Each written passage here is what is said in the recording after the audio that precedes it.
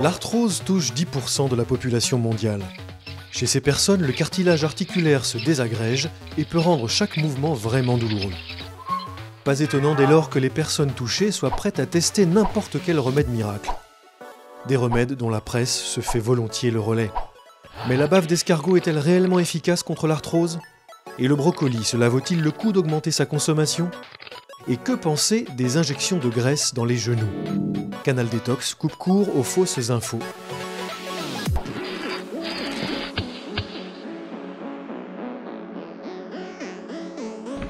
Régulièrement, des articles nous vantent les pouvoirs de la bave d'escargot pour soigner l'arthrose.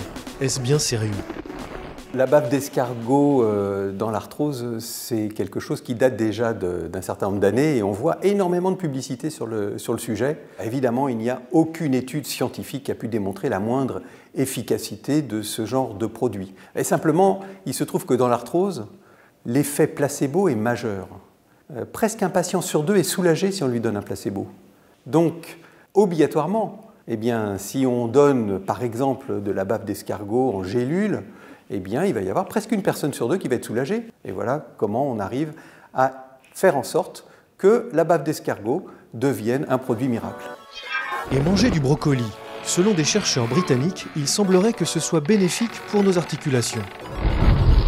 En fait, pas le brocoli, c'est une molécule qu'il y a dans le brocoli et qui a des propriétés antioxydantes, anti-inflammatoires. Et comme il y a un lien entre inflammation et arthrose, parce que l'inflammation joue un rôle dans la destruction du cartilage, ça a du sens de regarder l'effet de cette molécule. Alors il y a des études animales, des études chez la souris qui ont montré effectivement un effet, mais pour autant ça ne veut pas dire qu'il y a un effet chez l'homme.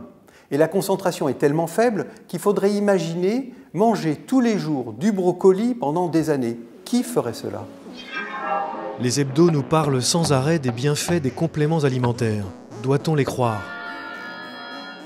On se dit que c'est naturel, donc si c'est naturel, ça va vous faire du bien. Si c'est naturel, vous n'aurez pas d'effets secondaires.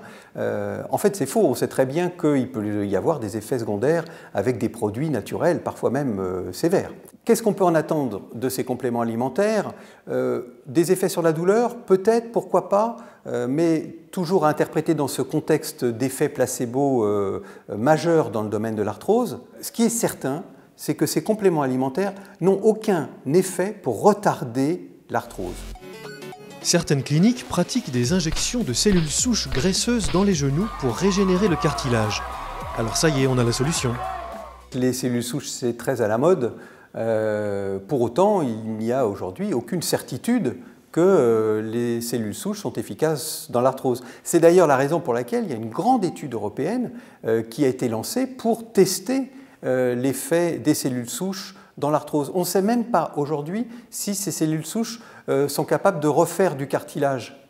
Donc, grande prudence aujourd'hui sur ce genre d'intervention, grande prudence sur tous ces traitements miracles que l'on peut trouver dans ces magazines grand public, et parlez-en plutôt avec votre médecin.